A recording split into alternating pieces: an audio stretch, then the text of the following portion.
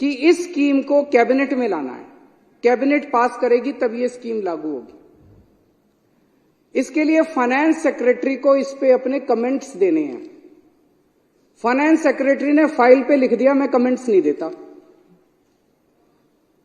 सोचो किसी अफसर की हिम्मत है, उसने फाइल पे लिख दिया फाइनेंस सेक्रेटरी ने मैं कमेंट्स नहीं देता। मैं बिदूरी जी कह रहे थे मेरे से सीख लो, जरा सिखाओ अब उसका क्या करें हम। तो मैं बाद में मिल लूंगा, चाय पे आना, चाय पे बता देना कि फाइनेंस सेक्रेटरी ने फाइल पे लिख दिया मैं कमेंट्स नहीं देता। सौरभ भारद्वाज जी यूडी मिनिस्टर हैं, इन्होंने यूडी सेक्रेटरी को लिखित आदेश दिया कि इसको प्रस्ताव को कैबिनेट में लाया जाए। यूडी सेक्रेटरी ने फाइल पे लिख दिया मैं इसको कैबिनेट में नहीं लाता जब तक फाइनेंस सेक्रेटरी कमेंट्स नहीं देगा। फाइनेंस सेक्रेटरी कह रहा है मैं कमेंट्स नहीं दूंगा, यूडी सेक्रेटरी कह रहा है जब तक ये कमेंट्स नहीं देगा मैं। तो हमने इन दोनों को और भी अफसरों को बुलाया, इन मंत्रियों ने, इन्होंने मेरे को बताया मंत्रियों ने कि क्या चल रहा है, क्यों कर रहे हो ऐसा। तो अध्यक्ष महोदय आपको जान के ताज्जुब होगा कि एक दो सीनियर मोस्ट आईएएस अफसर प्रिंसिपल सेक्रेटरी लेवल के फूट फूट के रोने लग गए, आंसू बह रहे थे उनकी आंखों से।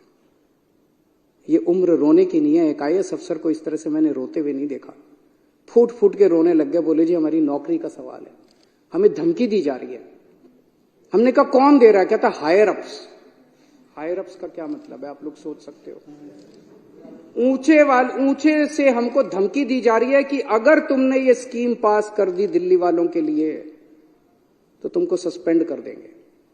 अगर तुमने ये स्कीम पास कर दी, इसलिए ये इतना लड़ रहे हैं। सर्विसेज करते रहते हैं, क्यों करते रहते हैं ये? नीयत खराब है इन लोगों की।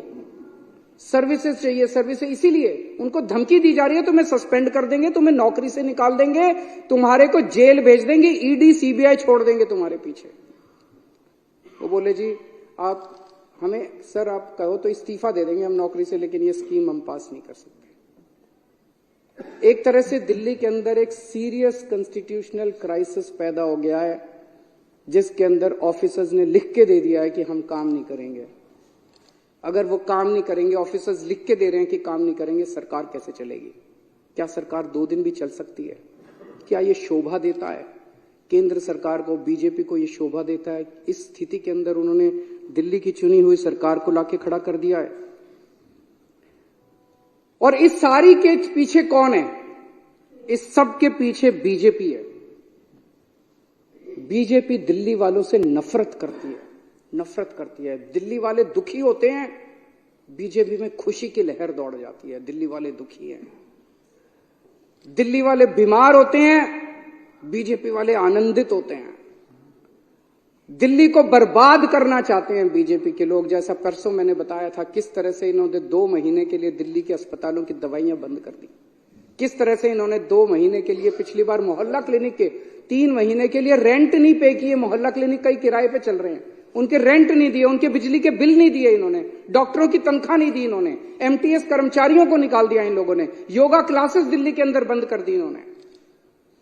दिल्ली वालों से इतनी नफरत करते हैं ये लोग। और मैं दिल्ली वालों को कहना चाहता हूं, जब तक आपका बेटा जिंदा है, इन बीजेपी वालों के सामने दीवार बन के खड़ा है, बाल बांका नहीं देगा।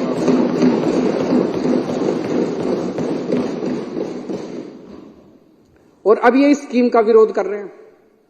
मुझे बेहद खुशी है, अभी इन्होंने बिदूरी साहब ने कहा कि हम स्कीम का विरोध नहीं कर रहे। अगर आप स्कीम का विरोध नहीं करते बिदूरी जी, राजनीति एक तरफ है, आपसे मेरा निवेदन है, आप ही के एलजी हैं, आप ही की पार्टी के हैं, आप एक बार सारे जाके, आप सारा क्रेडिट आपका, मैं लाल किले के ऊपर खड़ा होकर चिल्लाऊंगा जोर जोर से कि बीजेपी वालों ने कराया, वोट बीजेपी वालों को दे देना। मैं बोलूंगा कि बीजेपी वालों ने कराया, वोट के लिए कर रहे हो, और तो कोई कारण नहीं है। वोट आप ले लो सारे, हमें नहीं चाहिए वोट, हमें तो सेवा करने का मौका मिला है। यही भगवान ने कोई पुराने जन्म में पुण्य किए होंगे हम लोगों ने, जो हमें